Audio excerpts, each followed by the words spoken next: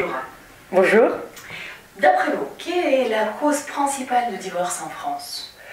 Alors, moi, ce que je vois comme cause principale, et c'est ce que je vois dans mon cabinet, c'est évidemment pas une étude sociologique que je vous retranscris, je vois 3 causes principales. La première, c'est le désamour, la deuxième, les enfants, et la troisième, les idéaux. Alors, la première, le désamour, ça me semble logique, et ça existait aussi il y a 50 ans, il y a 2000 ans. Ça a toujours existé. Ça a toujours existé, sauf qu'aujourd'hui, on a le droit de vivre avec son désamour et on n'est plus obligé de subir l'autre pendant 20, 30, 40, 50 ans. Et le désamour est devenu autorisé, est devenu normal, est banalisé aussi grâce aux neurosciences, où on voit que les hormones de l'amour diminuent au fur et à mesure, donc on est en train de rendre ça permis. La deuxième cause du divorce, pour moi, ce sont les enfants. Les enfants qu'on rêve d'avoir, qu'on veut à tout prix avoir pour constituer une famille.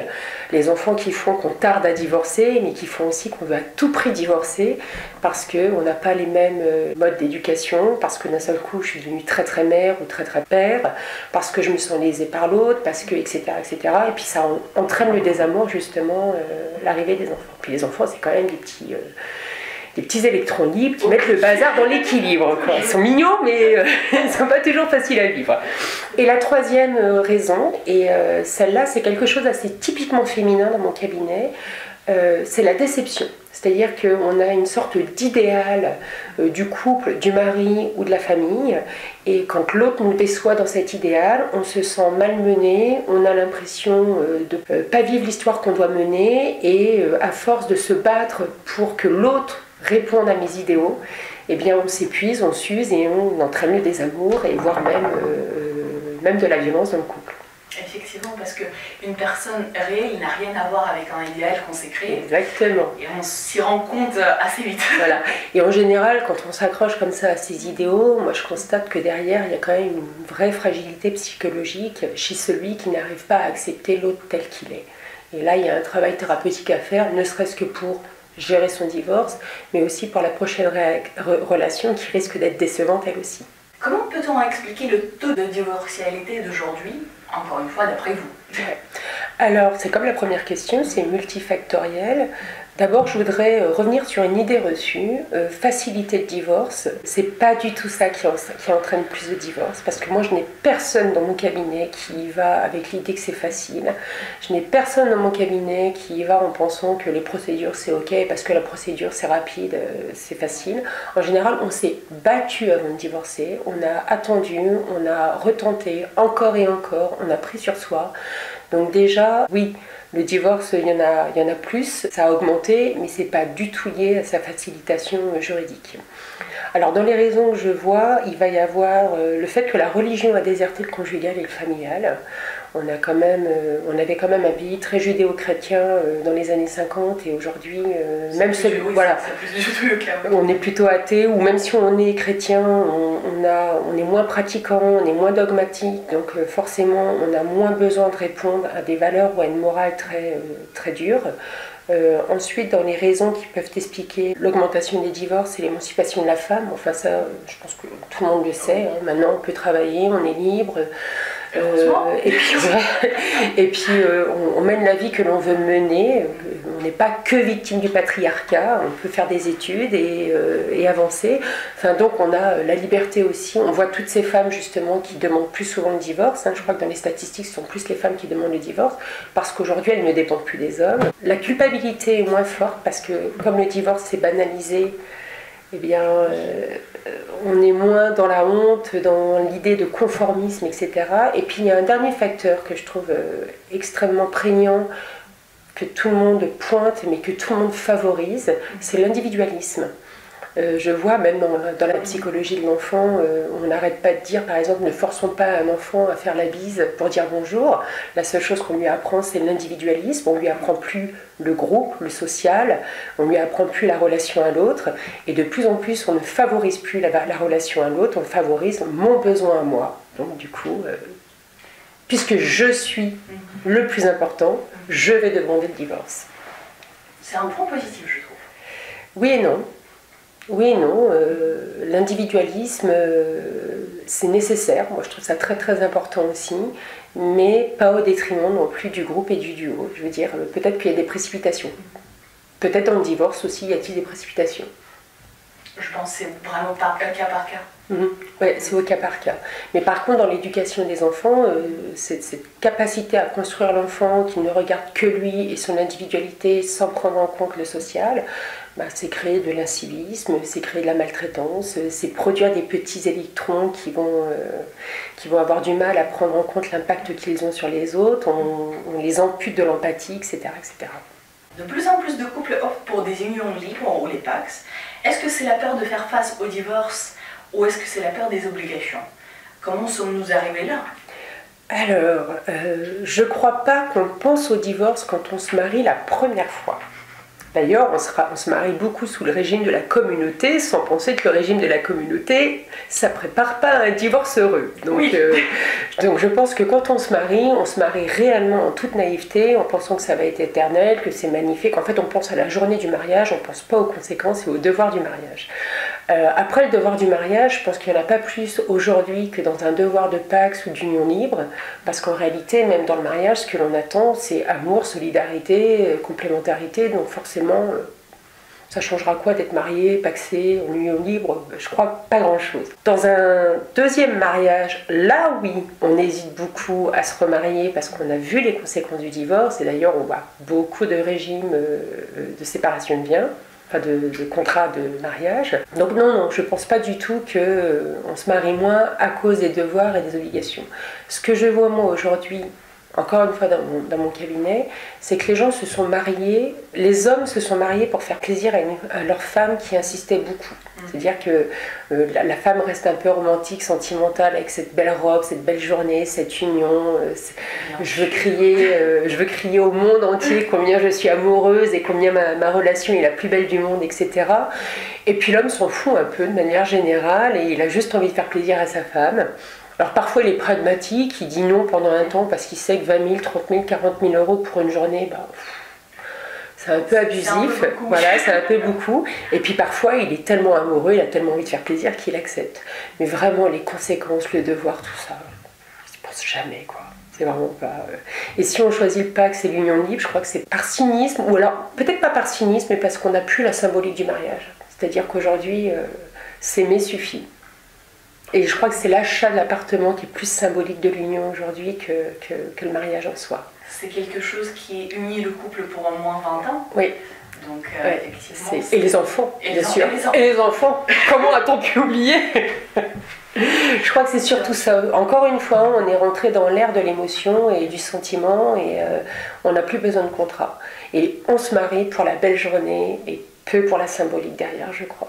Est-ce qu'on se marie plus pour les autres, pour montrer au monde entier que voici mon couple, tout va bien? Je crois que c'est pour montrer au monde entier. Pour les autres, ce sont quelques cas exceptionnels où on a des parents vieillissants et malades et on a envie de leur offrir cette belle journée.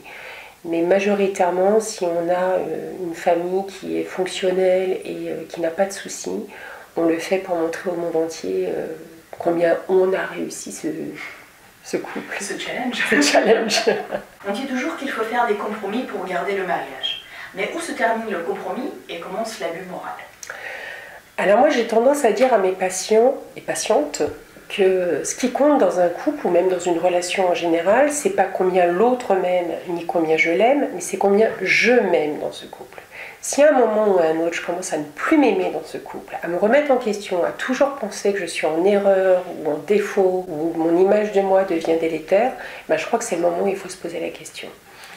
L'abus moral, c'est une frontière qui est très difficile à donner. On n'a pas de formule parce que vous charriez sur la couleur de vos cheveux, ça peut plaire à quelqu'un et puis ça peut heurter quelqu'un d'autre. Je crois que c'est combien on porte attention et combien on réagit à la douleur de l'autre. C'est pareil, on va distinguer un pervers d'un maltraitant dans la jubilation qu'il a à faire du mal. Donc si moi je constate que mon compagnon ou ma compagne prend plaisir à me faire du mal, c'est peut-être aussi un indicateur de... qu'il est sadique. Qu'il est sadique et qu'on est là dans l'abus moral, quoi. Mais c'est vraiment, comme je le dis, c'est combien je m'aime dans la relation. Parce que regardez combien il m'aime. c'est m'amputer de l'impact sur moi et de la douleur que cela me fait.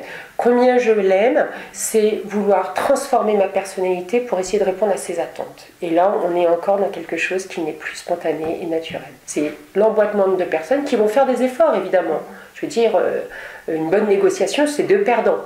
Oui. C'est pas deux gagnants, c'est deux personnes qui font des efforts et qui acceptent que moi j'avais envie d'aller au ciné, on va aller au théâtre, et puis demain on ira manger le resto que je veux et pas celui que tu veux. On a tous les deux perdu un moment ou un autre, mais c'est pas grave.